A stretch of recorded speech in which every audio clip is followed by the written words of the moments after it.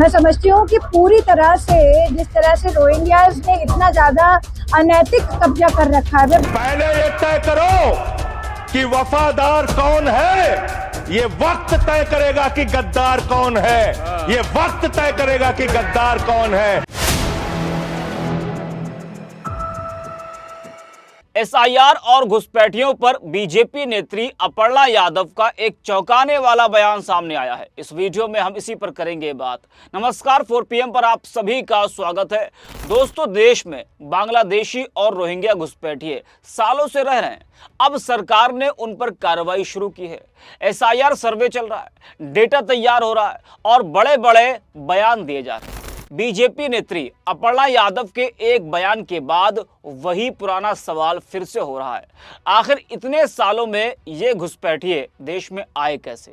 केंद्र में 2014 से लगातार बीजेपी की सरकार है। उत्तर प्रदेश में 2017 से बीजेपी सत्ता में है। बॉर्डर पर कड़े इंतजामों के दावे हर मंच पर होते हैं, फिर भी दूसरे देश का नागरिक आराम से यहां आकर रह रहा है, बस रहा है, दस्तावेज भी बनवा रहा है। तो ये सब किसकी नाक के नीचे हो रहा था? अब कहा जा रहा है कि एसआईआर में हजारों लाखों घुसपैठिए चिन्हित हो रहे हैं। योगी सरकार कह रही कि फुल प्रूफ प्लान बना लिया गया है, डेटाबेस बनेगा, घुसपैठिए दोबारा फर्जी कागज नहीं बनवा सकेंगे। बहुत अच्छी बात है, बट ये प्लान पहले क्यों नहीं बना? जब इतने साल सत्ता में थे तब ये अचानक आज याद क्यों आया? इस पर विपक्ष का कहना है कि जब भी चुनाव का समय आता है तो बीजेपी सरकार को घुसपैठिए याद आते हैं। वहीं इस बीच बीजेपी नेत्री और दिवंगत मुलायम सिंह यादव की छोटी बहू अपर्णा यादव ने बड़ा बयान दिया कि एसआईआर बहुत जरूरी है क्योंकि रोहिंग्याओं ने अनैतिक कब्जा कर रखा है। अरे भाई, अगर कब्जा कर रखा था तो आपकी ही सरकार पिछले 11 सालों से केंद्र और 8 सालों से यूपी में क्या कर रही थी? कब्जा होता गया और आपकी सरकारें देखती रही। ये तो वही बात हुई कि घर में चोरी भी हो जाए और बाद में कहें चोरी रोकना जरूरी है। अपर्णा यादव आगे कहती है कि जो अवैध तरीके से रहेगा उसे बाहर निकाला जाएगा। हमारे देश में कानून है और कानूनी व्यवस्था है। ठीक बात है, कानून होना चाहिए, पर सवाल फिर वही, पिछले इतने सालों में यह कानून व्यवस्था कहां सोई हुई थी? घुसपैठिए आए, दस्तावेज बनवा लिए, ये सब हवा में तो नहीं हुआ होगा? अपर्णा को जरा आप भी सुनिए, उसके बाद आगे बात करेंगे। एसआईआर की देखिए रिपोर्ट जो तैयारी है और जो ये पूरा कार्य है वो बहुत जरूरी है।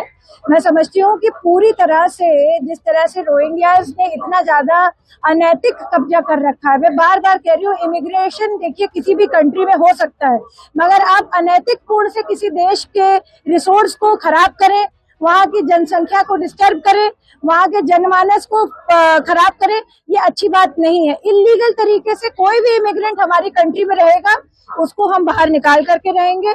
हमारे देश में कानून है, कानूनी व्यवस्था है। आदरणीय प्रधानमंत्री जी की जीरो टॉलरेंस है टुवर्ड्स एनी क्राइम और हमारे मुख्यमंत्री जी की भी जीरो टॉलरेंस है टुवर्ड्स एनी क्राइम। तो मैं समझती हूँ कि हमारे देश में या प्रदेश में किसी भी तरीके का अगर जो है इलीगल इमिग्रेशन होगा तो हम उस पर सख्त एक्शन लेंगे। जो देश के साथ होगा, वो पक्ष हो चाहे विपक्ष हो, एसआईआर की रिपोर्ट पर, उसकी सभी कार्रवाइयों पर हमेशा साथ में खड़ा रहेगा। परंतु अगर जो लोग देश के हित में नहीं है वो एसआईआर का लगातार विरोध करेंगे और विपक्ष को ये सोचना चाहिए कि इलीगल इमिग्रेशन बिल्कुल गलत है।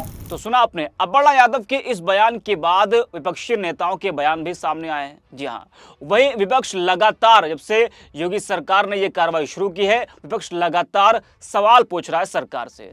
कांग्रेस नेता सचिन पायलट ने आज तक के महामंच से केंद्र पर घुसपैठियों को लेकर बड़ा हमला बोला।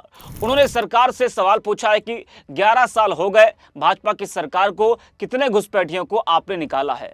वो जवाब नहीं देंगे, लेकिन जिस प्रदेश में चुनाव होगा वहां कहेंगे घुसपैठिए आ गए। आप 11 साल से सत्ता में हो, आपने कितने घुसपैठिए निकाले?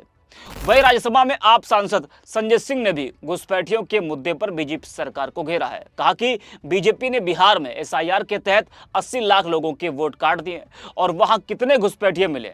अब उत्तर प्रदेश में भी यही किया जा रहा है, वहां भी 3 करोड़ लोगों के वोट काटने की बात हो रही है। दिल्ली में लोगों को जहरीला पानी और हवा मिल रही है, गरीबों के घर बुलडोजर से गिराए जा रहे हैं। इन्होंने दिल्ली में ऐसा सीएम बैठा दिया है कि जिसे यह नहीं पता कि AQI क्या होता है। जरा आप भी सुनिए संजय सिंह को। मान्यवर मैं अंत में एक और बयान आया, उसका जिक्र करके अपनी बात को खत्म करूंगा। अभी एसआईआर की प्रक्रिया के तहत उत्तर प्रदेश के मुख्यमंत्री ने कहा कि डिटेंशन सेंटर बनाए जाएंगे। 80 लाख लोगों के वोट आपने बिहार में काट दिए, वहां कितने घुसपैठिए मिले आपको? अरे भाई, ये भी मातृभूमि की बात हो रही है। आप लोग चाहते हैं बांग्लादेशी यहां पे आ जाएं, मातृभूमि को सुरक्षा को खतरा हो जाए? आपको तो चिंता वही है ना, वही तो बात कर रहा हूं। कितने बांग्लादेशी घुसपैठिया मिले? कितने बांग्लादेशी घुसपैठिया मिले? कितने बांग्लादेशी घुसपैठिया मिले? मात्र 315, जिसमें नेपाल के बाकी लोग सिर्फ 78 मुसलमान मिले। वहां 80 लाख लोगों के आपने वोट काट दिए। अब आप कह रहे हैं उनको डिटेंशन सेंटर में रखेंगे। उनको डिटेंशन सेंटर में आप रखेंगे जो हिंदू हैं, जिनके जो पूर्व आईएएस हैं। आप इस देश का सिर्फ माहौल बिगाड़ना चाहते हैं। आप इस देश को सिर्फ नकली नारों के पीछे सिर्फ आप अपने आप को छिपाना चाहते हैं। वंदे मातरम देशभक्ति का नारा है। तो सुना आपने, आज एसआईआर के नाम पर कार्रवाई तेज हो रही है, लेकिन लोग पूछ रहे हैं क्या ये कदम वाकई सुरक्षा के लिए है या फिर चुनाव नजदीक आते ही जागी हुई सरकार की नई रणनीति है? घुसपैठ रोकने में नाकामी की जिम्मेदारी कौन लेगा? और सबसे बड़ा सवाल, देश में घुसपैठ रोकने का वादा कब सच में जमीन पर दिखेगा?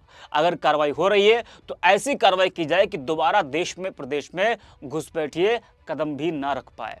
जी हाँ, और अधिकारी भी उतने दोषी हैं जिन्होंने उन लोगों का, घुसपैठियों का दस्तावेज बनाया। तो देश के बाकी राज्यों के साथ साथ उत्तर प्रदेश में भी बड़ी संख्या में घुसपैठिए हैं। सूत्रों से मिली जानकारी के अनुसार एसआईआर सर्वे में पकड़े जाने वाले अवैध बांग्लादेशी या रोहिंग्या घुसपैठियों को डिटेंशन सेंटर में तो रखा ही जाएगा, लेकिन उनका एक बड़ा डेटाबेस भी तैयार किया जाएगा। योगी सरकार ने कुछ ऐसा फुल प्रूफ प्लान तैयार किया है। अवैध घुसपैठियों के खिलाफ मुख्यमंत्री योगी आदित्यनाथ की सरकार ने यह बड़ा और ऐतिहासिक कदम उठाया है। सूत्रों के अनुसार देश में पहली बार यूपी सरकार राज्य में पकड़े जा रहे सभी घुसपैठियों का विस्तृत बायोमेट्रिक डेटाबेस तैयार करेगी। जी हाँ, चलिए खैर, अच्छी बात है कि एसआईआर के बहाने कम से कम सरकार जागी तो और कार्रवाई तो हो रही घुसपैठियों पर। तो इस वीडियो में इतना, आप देखते रहिए 4PM।